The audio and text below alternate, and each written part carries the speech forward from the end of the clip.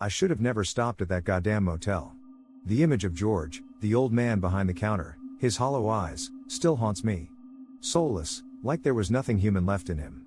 I'm shaking just writing this, but I need to get it out before it's too late for someone else. It all started with my car breaking down in the middle of nowhere. No cell service.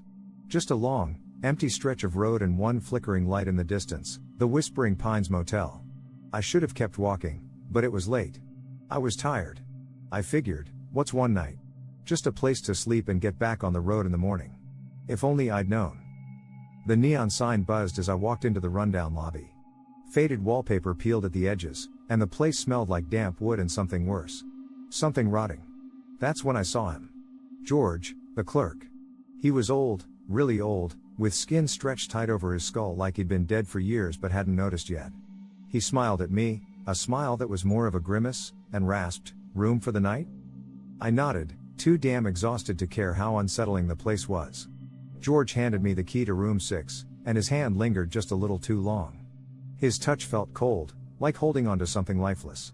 He didn't blink, didn't break eye contact. It was like he already knew something I didn't. When I opened the door to room 6, the air hit me, thick, heavy, and stinking of mold. But it was worse than that. It felt wrong, like the room was holding its breath, waiting for something. I should have left then and there, but I was dead tired. I laid down on the bed, hoping to sleep and forget the weird vibe. That's when I heard it. Whispering. At first, it was faint, like the walls were leaking voices. I thought it was the pipes or maybe just the wind. But then it got louder. Clearer. I could make out words, "Get out. Leave before he takes you." I bolted upright, my heart hammering in my chest. My first thought was that someone had broken in, but when I looked around, the room was empty. The voices were coming from the walls. My skin crawled. Every instinct screamed at me to get the hell out. I ran to the lobby, demanding answers. George was there, sitting behind the counter like he'd been waiting for me. His smile never wavered, but his eyes. They weren't eyes anymore. They were black, like voids, like something had hollowed him out from the inside. He whispered again, and this time his voice crawled under my skin. "You're already too late." I stumbled back to my room, locking the door behind me, but it didn't help. The whispers turned into screams, louder and louder, until I thought I was going insane. I rushed to the window, desperate for a way out, and that's when I saw them. Dozens of people. They were standing in the parking lot, all facing my window, staring. Their faces were twisted, deformed, their mouths open in silent, endless screams. And I realized with horror, they weren't alive. They were like George. Dead, but trapped. And now, so was I. I tried to run. Tried to leave the next morning, but my car was gone. I mean gone. There was nothing where I'd left it. The parking lot was empty, like it had never been there at all. And the motel? The whole place, it didn't exist on any map. I was stuck. I am stuck. It's a trap. A web, and George. George is the spider. The motel. It's not just some haunted place. It's worse. It's alive in a way, feeding on the lost and the hopeless, drawing people in like it did with me. George, or whatever he is, he's the keeper. He's cursed, maybe as much as the place itself. Every soul that walks through those doors becomes part of it, like the people in the parking lot. Like me. The whispers, they were warnings from the others, the ones who came before. But now it's too late. I'm a part of it, and I can't leave. I've tried to escape, believe me. Every time I walk down the road, I end up back here. Back in the same damn room. Room 6. The motel won't let me go, and I don't think it ever will. I figured it out after a few days, or at least I think I did. The Whispering Pines Motel. It's a trap. It's not real, not in the way we understand reality. It pulls people in, people like me, when we're lost, desperate, broken down. And once you're inside, you belong to it. George. He's not human. He's a part of it too, some kind of twisted caretaker who lures people in and keeps them here. The whispers, the screams, they were warnings from the others, the ones who came before me. But it doesn't matter now. I'm stuck, just like they are, and there's no way out. This place isn't just haunted. It is the haunting. Story 2. I can't shake the image of her face. The blood. The screaming. Oh God, that screaming.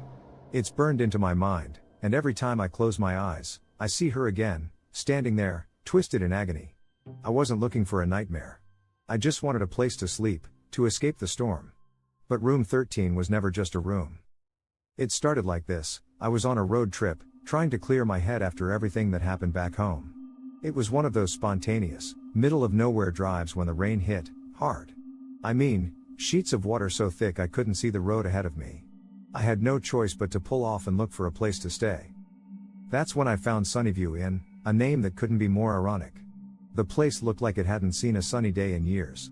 The neon sign flickered, half broken, and the place itself was practically falling apart. But I was desperate. Wet, cold, and needing a break from driving through that hellish storm. The clerk inside, Mark, poor guy, he was nervous the second I walked in. Pale, skinny, twitchy. His hands shook as he handed me the key. Room 13 just for one night, right? He asked it like he was making sure I wouldn't stay longer. His eyes kept darting around the empty lobby like someone, or something, was watching him. I should have turned around right then, but I didn't. I was tired, my brain was fried, and all I wanted was a bed. I thanked him and headed to the room. It was the moment I opened the door that I felt it. Something was wrong. The air in there wasn't just cold, it was unnatural. Bone-chilling, despite the fact that the heater was working overtime. And the smell? It was faint, but unmistakable, musty, like something had died in there long ago and no one had ever bothered to clean it out. Then there was the mirror. Old, cracked, and covered in dust. It hung on the far wall, casting a warped reflection of the room. At first, I didn't think much of it. I dumped my bag, kicked off my shoes, and lay down on the creaky bed. But as I tried to settle in, I kept getting this feeling that someone was watching me. The first time I saw movement in the mirror, I thought it was my eyes playing tricks on me. Just a flicker in the corner of my vision. I even got up, wiped away some of the grime from the glass, and looked at my reflection. Everything seemed fine. But that uneasy feeling wouldn't go away. The scratching started in the middle of the night. At first, it was subtle, like the wind rustling outside. But as I woke up more, I realized the sound was coming from inside the room. My heart pounded in my chest, and I could feel sweat prickling my skin despite the cold. I sat up and scanned the darkness, my eyes adjusting to the faint light coming from the street outside. Then I heard it again. Scratch. Scratch. Coming from the mirror. I flipped on the light, and that's when I saw her. She was standing in front of the mirror, staring at me. A woman, her face twisted, pale, and soaked in blood. Her eyes were wide with terror, like she was silently screaming. Her mouth opened, but no sound came out. Her dress, or what was left of it, was shredded, drenched in red. I froze, my breath catching in my throat. She wasn't just a ghostly figure, she looked real, solid, like she could step out of that mirror any second. She reached out, her blood-streaked fingers pressing against the surface of the glass. And then she started banging, harder and harder, trying to break through. I scrambled out of bed, nearly tripping over my own feet as I bolted for the door. I ran to the lobby, my heart threatening to burst out of my chest. Mark was still there, his eyes wide with fear. He didn't need to ask what I saw, he already knew. Room 13, he muttered, barely able to meet my eyes. It's where she died. The owner's wife. They say she's trapped in the mirror. I demanded answers. My voice came out louder than I intended, but I was terrified. Trapped? What the hell do you mean trapped? Mark swallowed hard, visibly trembling. She was murdered. In that room. Right in front of the mirror. Her husband. He found out she was leaving him, and in a fit of rage, he killed her. Right there. Ever since then, she's been stuck. Reliving that moment over and over. I didn't wait to hear more. I couldn't. I was out of there in minutes, my bag thrown haphazardly into the back seat of my car. I didn't care about the rain anymore. I just drove. Drove until the inn was miles behind me, and I could finally breathe again. But it's not over. Not for me. Every time I look in a mirror now, I see her. Just a flash, sometimes out of the corner of my eye. But she's there. And I know she's coming for me, just like she came for the others before me. The curse of room 13 isn't just about the place. It's about anyone who steps inside, who sees her. Once you do, you're marked. There's no escaping it. Now I keep all the mirrors in my house covered. But even that doesn't always work. Because when you've seen her once, she never truly leaves. Story 3. I still hear it sometimes, 3 slow, heavy knocks on my door, like a warning. It happens most nights. And every time, I wake up in a cold sweat, my heart pounding, Like I'm back in that cursed motel. I should have known better, I should have trusted my gut, but exhaustion does strange things to you. I was just passing through on a cross-country trip, trying to save a buck, and it almost cost me my life. Let me rewind. It was late, past midnight, and I was running low on energy and patience. After hours on the road, I found this run-down place called the Pines just off the highway. From the outside, it looked like something out of a horror movie. The neon sign flickered faintly, struggling to stay lit. There were no cars in the lot. No signs of life at all, really, but I didn't care. I was desperate for a bed. Inside, the front desk was manned by this guy named Phil. He looked as worn out as the building itself, middle-aged, balding, with deep lines etched into his face like he hadn't slept properly in years. He greeted me with a tight smile that didn't reach his eyes, and something about him felt off. Like he was nervous. Not in a friendly, chatty way, more like he was anxious for me to leave. "You're the only guest tonight," he said, his voice barely louder than a whisper. "It's been quiet around here." I thought he was just making small talk. In hindsight, maybe it was a warning. I brushed it off, paid for the room, and took the key. Room 9. As I walked down the hallway, I noticed how eerily silent the place was. Not just quiet, silent. The kind of silence that presses in on you, makes you feel like you're not alone even when you know you are. There were no sounds of distant TVs, no murmurs of conversation, nothing. It felt wrong. The room itself was just as you'd expect in a place like that: faded wallpaper, musty carpets, a bed that sagged in the middle. It didn't bother me. I was too tired to care. But the feeling of being watched? That bothered me. At first, it was subtle, just a shiver down my spine, a sense that something was off. The walls creaked occasionally, and I figured it was just the old building settling. But the longer I stayed, the stronger the sensation grew. It felt like eyes were on me, like there was someone, or something, in the room with me, just out of sight. Watching. Waiting. I tried to ignore it, crawled into bed, and turned off the lights. But sleep didn't come easily. Instead, the whispers started. Soft at first, like wind through a crack in the window. But there was no wind, and the windows were shut tight. I strained my ears, trying to make out words, but they were too distant, too faint. And then, just as I was about to drift off, they stopped. I didn't realize I was holding my breath until the knock came. 3 slow, heavy knocks on the door. I shot up in bed, my heart hammering in my chest. My eyes locked on the door, but I couldn't move. Couldn't speak. I just sat there, paralyzed by some primal fear I couldn't explain. Whoever, or whatever, was on the other side of that door didn't knock again. But they didn't leave either. I could feel it.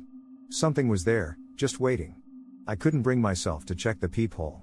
I didn't want to see what was standing there. The rest of the night, I lay awake, listening for the slightest sound.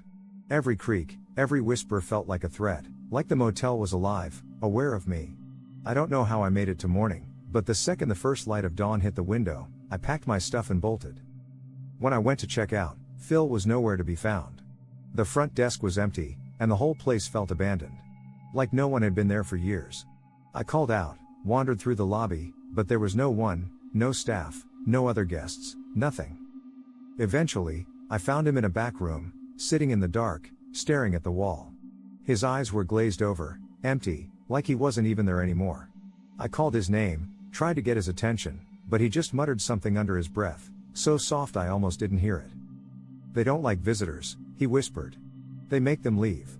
One way or another." I didn't ask what he meant. I didn't want to know.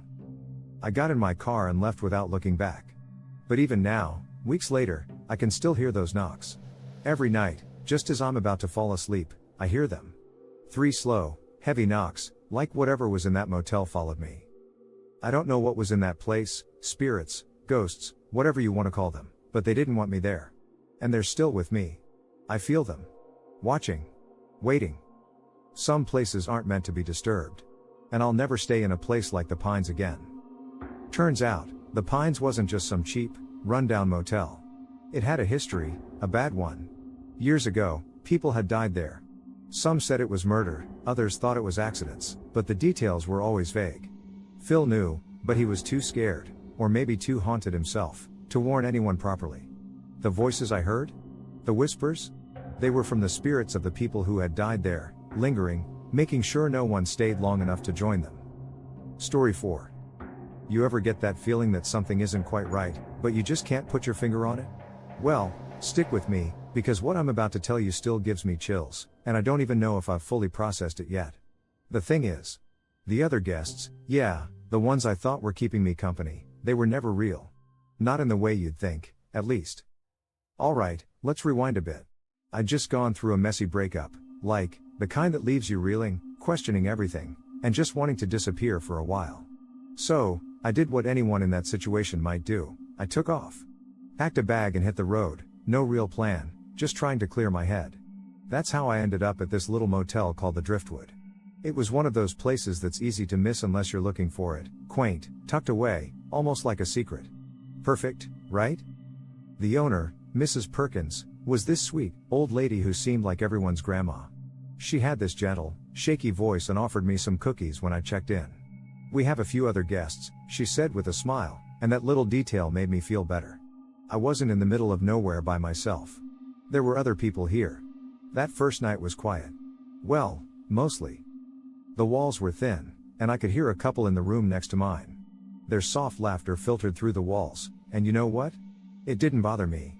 In fact, it helped. There was something comforting about knowing other people were nearby, just living their lives.